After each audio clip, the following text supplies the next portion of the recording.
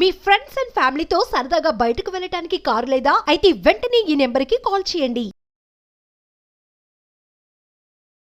నమస్తే, welcome to market ముచ్చట్లు. నేను మీ విష్ణు. ప్రస్తుతంతో పాటు NISM and CRISIL certified wealth manager Revanth Chalamala ఉన్నారు. వారితో మాట్లాడదాం. నమస్తే రేవంత్. నమస్తే అండి. రేవంత్, వరుసగా 5వ రోజు కూడా తీవ్ర నష్టాలు మార్కెట్లని వెంటాడుతూనే ఉన్నాయి. ఈ వారం అంతా కూడా అంటే సోమవారం నుంచి శుక్రవారం వరకు తీవ్ర నష్టాలు మనం చవి చూడడం జరిగింది మార్కెట్లో. ఆల్మోస్ట్ ఒక్క శుక్రవారం సెషన్లోనే అంటే ఇవాల్టి సెషన్లోనే దాదాపు 9 లక్షల కోట్ల రూపాయలు మార్కెట్ నుంచి వైపౌట్ అయిపోయినాయి. అవునండి. ఒక్కసారి మనం శుక్రవారం మార్కెట్ క్లోజింగ్ గురించి చూద్దాము.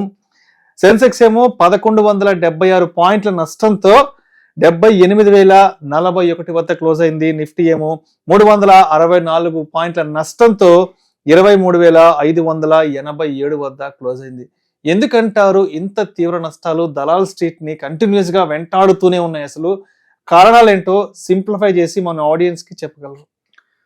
సో ఈ వారం జరిగిన ఫాల్ లాస్ట్ 2 సంవత్సరాల్లో జరిగిన ఫాల్స్ తో కంపేర్ చేస్తే వన్ ఆఫ్ ద బిగ్గెస్ట్ అని చెప్పాలి. లాస్ట్ మనకి 1 వీక్ లోనే ఈ 1 వీక్ ట్రేడింగ్ సెషన్ లో దాదాపుగా 5% ఈచ్ అటు నిఫ్టీ ఆర్ సెన్సెక్స్ దాదాపుగా వాళ్ళ యొక్క వైపౌట్ అయిపోవడం గమనించాం. సో దానికి fed interest rate decision. So fed interest rate decision అనేది ఎప్పుడు మార్కెట్స్ మీద ఇంపాక్ట్ చూపిస్తూ ఉంటుంది.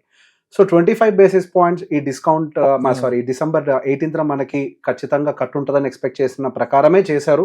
సో అది మార్కెట్ ఆల్రెడీ ఎక్స్పెక్ట్ చేసింది అండ్ దాన్ని ఆల్రెడీ ఫ్యాక్టర్ చేసింది. సో ఫ్యాక్టర్ చేయని అంశాలు ఏముంటాయి తర్వాత రాబోతున్నటువంటి కామెంటరీ. సో ఫెడ్ షేర్ తర్వాత ఇచ్చినటువంటి కామెంటరీ కొంతవరకు మార్కెట్ ని డిసప్పాయింట్ చేసి కేవలం ఇండియన్ మార్కెట్స్ మాత్రమే కాదు అటు గ్లోబల్ మార్కెట్స్ మొత్తాన్ని కూడా కంప్లీట్ గా నెగిటివ్ టెరిటరీలోకి పుష్ చేయడం మొదలుపెట్టాయి.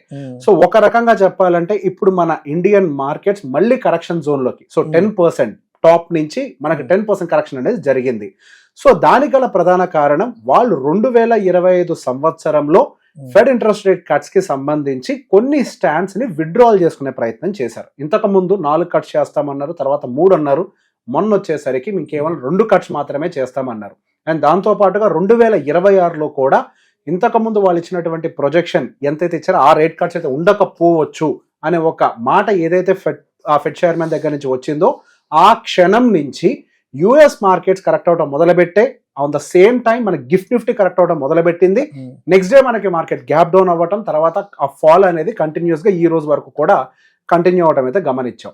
సో దాని వల్ల మేజర్ గా ఐటీ స్టాక్స్ అయితే బాగా ఇంపాక్ట్ అయ్యాయి. ఎస్, ఇక్కడ కేవలం ఐటీ ఒకటేనా అంటే ఐటీ ఒకటే కాదు, దాంతో పాటుగా అదర్ సెగ్మెంట్స్ అన్ని కూడా అటు మిడ్ క్యాప్ స్మాల్ క్యాప్ అన్ని సెక్టార్స్ లో కూడా సెల్లింగ్ అనేది చాలా యాక్సలరేట్ అయిపోయింది. దాంతో ఒక బ్రాడర్ మార్కెట్ సెల్లింగ్ ట్రిగర్ అయిపోయి మనకు మార్కెట్స్ అనేవి కరెక్షన్ జోన్ లోకి ఎంటర్ అయిపోవడం గమనించాం. అండ్ దాంతో పాటుగా మరికొన్ని రీజన్స్ కూడా ఉన్నాయి. సో బేసిక్ గా ఇండియన్ మార్కెట్స్ అనేవి మనకి కొంతవరకు వాల్యుయేషన్స్ ఎక్కువగా ఉన్నాయి అనేది ఒక ప్రాబ్లం. 2, ఇప్పుడు పర్టికులర్ గా ఈ ఇంట్రెస్ట్ రేట్ కట్స్ కి సంబంధించినటువంటి కొన్ని ప్రాబ్లమ్స్. వీటితో పాటుగా మనకి అక్కడ యుఎస్ లో డాలర్ ఇండెక్స్ అనేది విపరీతంగా పెరుగుతోంది. పర్టికులర్ గా ట్రంప్ విన్ అయినప్పటి నుంచి డాలర్ ఇండెక్స్ పెరుగుతోంది. సో ఇక్కడ మనం గమనించినట్లయితే ప్రీవియస్ గా ఎప్పుడూ లేనంతగా మనకి డాలర్ ఇండెక్స్ అనేది ఒక హై అంటే all time high side move అవటం మనం గమనిస్తున్నాం. 100 నుంచి దాదాపుగా 107 వరకు కూడా if you can see like 22 9th month నుంచి 22 డేట్ 9th మంత్ నుంచి వన్ సింగిల్ డైరెక్షన్ లో పైకి వెళ్ళటం. సో డాలర్ ఇండెక్స్ అంత హైయర్ సైడ్ మూవ్ అవుతున్నప్పుడు Indian rupee kind of depreciate అవుతున్నప్పుడు సహజంగా ఫారెన్ ఇన్వెస్ట్మెంట్స్ అనేవి ఇండియా వైపు చూడటానికి ఎక్కువ ఇంట్రెస్ట్ అనేవి చూపించావు. అండ్ దాంతో పాటుగా మనకి బాండ్ ఈల్డ్స్, సో బేసిక్ గా మనకి బాండ్ ఈల్డ్స్ అనేవి కూడా చాలా హై జోన్ లోనే మెయింటైన్ అవుతున్నాయి. అది ఎప్పటి నుంచి దాదాపుగా 2022 ఎప్పుడైతే ఫెడ్ ఇంట్రెస్ట్ రేట్ హైక్స్ అనేది చేయడం మొదలుపెట్టిందో అప్పటి నుంచి పైకి వెళ్తూనే ఉన్నాయి, కానీ ఇప్పటి వరకు తగ్గుముఖం అయితే పట్టలేదు. ఆల్మోస్ట్ అది పీక్ అగైన్ ప్రీవియస్ పీక్ ఏదైతే జరిగిందో ఆ పీక్ రేంజ్ కి వెళ్ళిపోతున్నాయి. సహజంగా డాలర్ ఇండెక్స్ అనేది ఒక సేఫ్ బాండ్ ఇండెక్స్ అనేది ఒక safe asset when compare to gold, when compare to equity, అవి చాలా సేఫ్ అసెట్స్ అనమాట. సో ఖచ్చితంగా ఈ రిటర్న్ వస్తుంది అనేది. సో ఇండియన్ మార్కెట్స్ లో పెడితే మనకి 10-12% రిటర్న్ వస్తుంది అనేది యాంటిసిపేషన్ ఎంత నిజమో, కాకపోతే ఇక్కడ డాలర్ ఇండెక్స్ పెరగటము, దాంతోపాటు బాండ్ డీల్స్ అనేది ఇంక్రీజ్ అవ్వటము, వాళ్ళు కంపారిటివ్లీ అక్కడ ఎక్కువ ఎడ్జ్ తీసుకోవడానికి అవకాశం ఉంది కాబట్టి ఫ్రెష్ ఫ్లోస్ కూడా ఇండియాలోకి రావట్లేదు. మనం గమనించినట్లయితే ఎఫ్ఐఏ సైడ్ నుంచి కూడా సెల్లింగ్ అనేది మళ్ళీ యాక్సలరేట్ అయింది. మధ్యలో కొంతకాలం పాటు ఏదైతే సబ్సైడ్ అయిందో అది కేవలం నేను ఒక ట్రాప్ లాగే మాత్రమే చూడగలుగుతున్నాను, కానీ వాళ్ళు యాక్చువల్గా సబ్సైడ్ చేయలేదు. జస్ట్ కొంతవరకు మళ్ళీ మార్కెట్ రివర్సల్ అవడానికి వెయిట్ చేశారు, మార్కెట్ కొంచెం హై లెవెల్స్ లోకి వెళ్ళింది, అక్కడి నుంచి మళ్ళీ సెల్లింగ్ అనేది ట్రిగ్గర్ చేయడం మొదలు పెట్టారు. సో ఒక రకంగా ఈ పుల్ బ్యాక్ వల్ల అడ్వాంటేజ్ జరిగింది ఏంటి అని అంటే 100% FIS కి జరిగినటువంటి అడ్వాంటేజే. రీటైలర్స్ అందరూ అగైన్ మళ్ళీ ట్రాప్ అయిపోయినట్టే. సో ఒక్కసారి మనం చార్ట్స్ లో కూడా వెళ్ళి నెక్స్ట్ మార్కెట్స్ యొక్క కండిషన్ ఏంటో కూడా ఒకసారి మనం గమనిద్దాం. సో మార్కెట్స్ దాని యొక్క పీక్ నుంచి దాదాపుగా మనకి 10.24% అనేది కరెక్షన్ జరగడం అనేది క్లియర్ గా కనిపిస్తుంది. సో దీన్ని మనం విడివిడిగా డిఫరెంట్ టైం ఫ్రేమ్స్ లో అబ్జర్వ్ చేస్తూ నెక్స్ట్ మార్కెట్స్ ఎక్కడ మనకి స్టెబిలైజ్ అవ్వడానికి అవకాశం ఉందనేది కూడా టెక్నికల్ గా 1 hour, 1 day, 1 week and monthly time frames అన్ని చెక్ చేసుకునే ప్రయత్నం చేద్దాము. సో ప్రీవియస్ గా మార్కెట్ మనకి దాదాపుగా 23,272 దగ్గర లాస్ట్ టైం బాటమ్ అవుట్ అయింది ఒక 1 month బ్యాక్. సో ఈ రోజు ఆల్మోస్ట్ మళ్ళీ సపోర్ట్ ఏరియాకి రీచ్ అయింది. ఒకవేళ ఆ రేంజ్ కనుక బ్రేక్అవుట్ జరిగితే నెక్స్ట్ 1 day టైం ఫ్రేమ్ లో మనకు ఒక డౌన్ ట్రెండ్ ఛానల్ ఏర్పాటు అవడం అయితే గమనించాం. రీసెంట్ గా వచ్చినటువంటి రివర్సల్ వల్ల ఒక డౌన్ ట్రెండ్ ఛానల్ అనేది ఫార్మేషన్ జరిగింది. సో ఈ డౌన్ ట్రెండ్ ఫార్మేషన్ వల్ల మనకి ఏం కనిపిస్తుంది అని అంటే 23,272 కనుక బ్రేక్ చేస్తే ఆల్మోస్ట్ 22,800 వరకు కూడా మార్కెట్ ఫాల్ అవ్వడానికి చాలా హై ఛాన్సెస్ కనిపిస్తున్నాయి. అక్కడి నుంచి మళ్ళీ ఏమన్నా కొంచెం రేంజ్ బౌండ్ ఏమైనా ఫామ్ అవుతుంది మళ్ళీ అప్పుడు రియలైజ్ చేద్దాం. ఇది డైలీ క్యాండిల్స్. సో అదే విధంగా వీక్లీ టైం ఫ్రేమ్ లో గనక మనం వెళ్ళి గమనించినట్లయితే మనం ప్రీవియస్ గా కూడా మన వాళ్ళందరికీ చూపించాం. There is a very big channel, up trend channel ఒకటి ఫామ్ అయింది. అది దాదాపుగా 2020 నుంచి రెస్పెక్ట్ చేయడం జరుగుతుంది. సో ప్రీవియస్ గా మార్కెట్ ఇప్పుడు ఏదైతే మనకి రివర్సల్ వచ్చిందో అది మిడ్ ఆఫ్ ద ఛానల్ దగ్గరికి వెళ్ళి రెసిస్టెన్స్ ఫేస్ చేసి మళ్ళీ కిందకి రావడం అనేది అబ్జర్వ్ చేస్తున్నాం. సో దాని ప్రకారం చూసినా కానీ మనకి 22,100 వరకు కనిపిస్తుంది. సో బేసిక్ గా మనం ఇట్లా ఈ డిఫరెంట్ పారామీటర్స్ గమనించినప్పుడు 23,200 కనుక బ్రేక్ చేసినట్లయితే 22,500 దగ్గర నుంచి 22,000 వరకు మధ్యలో మనకి ఏదైనా ఒక స్ట్రాంగ్ సపోర్ట్ ఫార్మేషన్ జరగడానికి ఎక్కువ అవకాశాలు ఉన్నట్టుగా కనిపిస్తున్నాయి. సో అదే విధంగా ఇది మనం as of now market broader view మాట్లాడుకున్నాం. సో అదే విధంగా మనం మిడ్ క్యాప్ కి సంబంధించి కనుక గమనించినట్లయితే దాదాపుగా మిడ్ క్యాప్ మనకి అప్రాక్సిమేట్ గా నియర్ టు 6.5% వరకు కూడా దాని పీక్ నుంచి ఫాల్ అయింది. వెన్ కంపేర్ టు ద మనకి నిఫ్టీతో కంపేర్ చేస్తే మిడ్ క్యాప్ కానీ స్మాల్ క్యాప్ కానీ తక్కువ ఫాల్ ని మాత్రమే నోట్ చేశాయి. సో రీసెంట్ గా వచ్చినటువంటి ఫాల్ లో మనకి ఐటీ యొక్క కాంట్రిబ్యూషన్ ఎక్కువగా ఉంది. ఐటీ దాదాపుగా ఆ న్యూస్ వల్ల 5% దాని పీక్ నుంచి రీసెంట్ గా జరిగిన దాంట్లోంచే కింద పడింది. సో అదర్ సెగ్మెంట్స్ అన్ని కూడా కిందకు వచ్చాయి. అఫ్ కోర్స్ FMCG సెగ్మెంట్ కానీ అవన్నీ కూడా డీపర్ కరెక్షన్స్ లోకి అయితే వెళ్ళిపోయాయి. కాకపోతే రీసెంట్ గా ట్రిగర్ అయిన వాటిలో మనకి ఐటీ అండ్ ప్రైవేట్ బ్యాంకింగ్ ఒకటి మాత్రం బాగా ట్రిగర్ అయినట్టుగా కనిపించింది. సో ఇక్కడ మోర్ కన్సర్న్ ఇష్యూ ఏంటి అని అంటే మనకి రిలయన్స్ అనేది దాని యొక్క ఫాల్ ఆగట్లేదు. సో మనకి మార్కెట్ లో ఒక డైరెక్షన్ డిసైడ్ చేసే కెపాసిటీ ఉన్నటువంటి ఒక స్టాక్ ఆల్మోస్ట్ 25% కిందకు పడింది. అది డెఫినెట్ గా ఒక కన్సర్నింగ్ ఇష్యూ. 25% అని అంటే ఆల్మోస్ట్ బేర్ టెరిటరీలో ఉన్నట్టే. సో బేర్ టెరిటరీలోకి వెళ్ళిపోయి అక్కడ కూడా ఎటువంటి ఎక్కడ ఆ ఫాల్ అనేది అరెస్ట్ అవ్వకపోవటం అనేది అటు మార్కెట్స్ ని ఎటువంటి స్టెబిలిటీ ఇవ్వని సిచ్యువేషన్ కి గురి చేస్తుంది. సో లాస్ట్ 1 week లో మనకి మార్కెట్స్ లో ఎవరెవరు ఎలా కాంట్రిబ్యూట్ చేశారనేది చూస్తే కేవలం మనకి ఫార్మాసిటికల్ మాత్రమే కొంతవరకు స్టెబిలిటీని ప్రొవైడ్ చేసింది. అటు సిప్లా అండ్ డాక్టర్ రెడ్డిస్. ఇది ఒక రోజు డేటా కాదు, దాదాపుగా మనకి లాస్ట్ 1 week డేటా. సో మనకి మేజర్ డ్రాగర్ గా HDFC బ్యాంక్ ఉంది. HDFC బ్యాంక్ కూడా మనకి దాదాపు 5% ఈ వీక్ లో ఫాల్ కనిపించింది. అండ్ దాంతో పాటుగా రిలయన్స్ అనేది డ్రాగర్ గా ఉంది, ICICI bank, LT, TCS. So ఇవి అన్ని దాదాపుగా మనకి 48 స్టాక్స్ అన్ని కూడా మనకి నెగిటివ్ టెరిటరీలోనే ఉన్నాయి. అది కూడా హెవీ వెయిట్స్ అనేవి కూడా అన్ని 5-6% కరెక్ట్ అవ్వటము అదే మేజర్ రీజన్. ఇప్పుడు సెన్సెక్స్ కానీ నిఫ్టీ కానీ one of the largest weekly red candle form అవడానికి కారణంగా మారాయి. సో దానికి as we discussed fresh inflows రాకుండా ఉండడానికి మనకి బాండిల్స్ అడ్డుపడుతున్నాయి, డాలర్ ఇండెక్స్ అడ్డుపడుతుంది.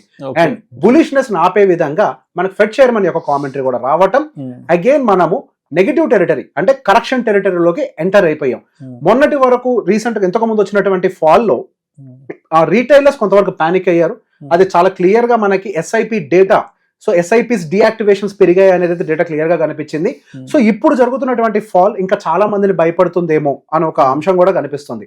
సో ఒక వచ్చింది కిందకి మళ్ళీ పైకి వెళ్ళిపోతుంది అన్న ఒక ఆశని క్రియేట్ చేసి మళ్ళీ ఒక పానిక్ సెల్లింగ్ క్రియేట్ అవడం తోటి రీటైలర్స్ ఇంకొంచెం పానిక్ లోకి ఎంటర్ అవడానికి అవకాశం ఉంది. అసలు ప్రమాదం ఎప్పుడు జరుగుద్ది మార్కెట్ లో అంటే ఎప్పుడైతే రీటైలర్స్ అందరూ పానిక్ సిచ్యువేషన్స్ లోకి ఎంటర్ అవుతారో అప్పుడు నిజమైన పానిక్ సెల్లింగ్ అంటే మనం కంప్లీట్ గా బేర్ టెరిటరీ వరకు కూడా ఎంటర్ అవడానికి అవకాశాలు ఉంటాయి. సో లాంగ్ టర్మ్ ఇన్వెస్ట్మెంట్స్ పెట్టే వాళ్ళు ఎవరు కూడా భయపడాల్సిన అవసరం లేదు. లాంగ్ టర్మ్ అని అంటే దయచేసి 1 సంవత్సరం 2 సంవత్సరాలు అనుకోవద్దు. ఖచ్చితంగా 10-15 సంవత్సరాలు అనుకుంటే మాత్రమే మీరు మార్కెట్స్ లో ధైర్యంగా ఇన్వెస్ట్ చేయండి. 1-2 సంవత్సరాల కోసం మాత్రం మార్కెట్ లోకి ఎట్టి పరిస్థితుల్లో రావద్దు. ఇంకొక ఇంపార్టెంట్ విషయం ఏంటంటే అప్పు చేసి తీసుకొచ్చి మ్యూచువల్ ఫండ్స్ లో పెట్టుబడులు పెట్టే వాళ్ళు చాలా మంది కనిపిస్తున్నారు. వాళ్ళైతే మరింత జాగ్రత్తగా ఉండాలి. మార్కెట్స్ మీకు బ్యాంక్ వడ్డీ అంత రిటర్న్స్ కూడా ఇవ్వడానికి అవకాశం లేదు. బ్యాంక్ వడ్డీ అంటే 6% FD రేట్లు కాదు, మీ పర్సనల్ లోన్ ఇంట్రెస్ట్లు. ఆ మందం ఇంట్రెస్ట్ కూడా మనకి జనరేట్ అవ్వడానికి ఎటువంటి అవకాశాలు కనిపించట్లేదు. సో ఇన్వెస్టర్లు కొద్దిగా కాషియస్ గా ఇన్వెస్ట్ చేస్తే బాగుంటుంది. అయితే కంటిన్యూస్ గా సోమవారం నుంచి శుక్రవారం వరకు జరిగిన 5 సెషన్లు మొత్తం కూడా వాలటాలిటీ చూసేసాం, క్రాష్లు చూసేసాం, బ్లడ్ బాత్లు అయిపోయింది కదా. నెక్స్ట్ అందరి ఆలోచన ఏంటంటే నెక్స్ట్ మండే మార్కెట్ ఎలా ఉండబోతుంది అంటూ కూడా చాలా మంది చాలా జాగ్రత్తగా మార్కెట్ని అబ్జర్వ్ చేయబోతున్నారు.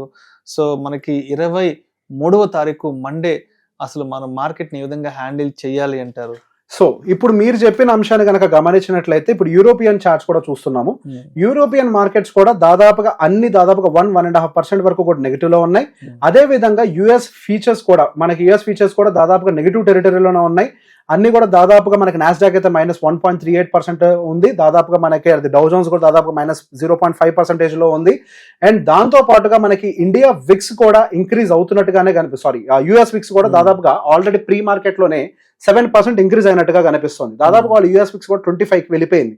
సో ఇది ఒక క్లియర్ ఆ సైన్ అనమాట. మార్కెట్ లో హ్యూజ్ వాలటాలిటీ క్రియేట్ కాబోతుంది, ఒక బేరిష్ ట్రెండ్ క్రియేట్ అవబోతుంది అంటానికైతే ఒక క్లియర్ ట్రెండ్. సో ఒకవేళ యుఎస్ మార్కెట్స్ కనుక డీప్ నెగిటివ్ టెరిటరీలో కనుక ఎండ్ అయినట్లయితే, సో ఇవాల్టి క్లోజింగ్ కూడా మనం గమనించినట్లయితే అటు 200-day మూవింగ్ యావరేజెస్ అన్నింటినీ కూడా మన మార్కెట్స్ బ్రేక్ చేసి బిలో క్లోజ్ అయ్యాయి. అదొక పెద్ద నెగిటివ్ సెంటిమెంట్. సో మనకి 23,800 అనేది ఒక రెసిస్టెన్స్ గా యాక్ట్ అవుతూ డౌన్ సైడ్ మార్కెట్ మూవ్ అవడానికి చాలా హై ప్రాబబిలిటీ ఉంది. అండ్ దాంతో పాటుగా ఒకసారి నేను ఓపెన్ ఇంట్రెస్ట్ డేటా కూడా అనలైజ్ చేసి చూపించే ప్రయత్నం చేస్తాను. మనం ఇంతకుముందు ఇప్పుడు ఓపెన్ ఇంట్రెస్ట్ డేటా మన వాళ్ళకి చూపించలేదు. Give me a minute sir. So open interest data కనుక మనం గమనించినట్లయితే మనకు 24,000 దగ్గర హ్యూజ్ గా ఓఐ అనేది బిల్డ్ అయింది. అంటే మన కాల్ సైడ్ ఓఐ బిల్డ్ అవ్వటం అనేది కొద్దిగా కన్సర్నింగ్ గా కనిపిస్తుంది. అండ్ నియర్ టర్మ్ లో మనం 23,500 దగ్గర కొద్దిగా మన సపోర్ట్స్ కనిపించచ్చు అనే విధంగా కూడా ఉంది. కాకపోతే మన 24,000 దగ్గర అయితే కొంచెం మనకు స్ట్రాంగ్ గా ఉంది. సో బేసిక్ గా overall consolidated data for the next 41 days కనుక క్లబ్ చేసి చూసినట్లయితే మనకి 23,000, 23,500 దగ్గర నుంచి 23,000 వరకు కూడా అవసరం లేదు అనుకుంటున్నాను నేను. 23,500 అరౌండ్. సో రీసెంట్ స్వింగ్ ఉంది కదా 23,272 సమ్ పాయింట్, అక్కడి నుంచి అయితే సపోర్ట్ రావడానికి చాలా హై ప్రాబబిలిటీ ఉంది నెక్స్ట్ వీక్ లో. ఆ తర్వాత ఏం జరుగుతుందని we have to realise. As of the now data is saying 24 will act as a strong resistance and 23,500 plus or minus 100 points అంటే 23,400 వరకు అనుకోవచ్చు. Thank you so much Revanth. Thank you అండి.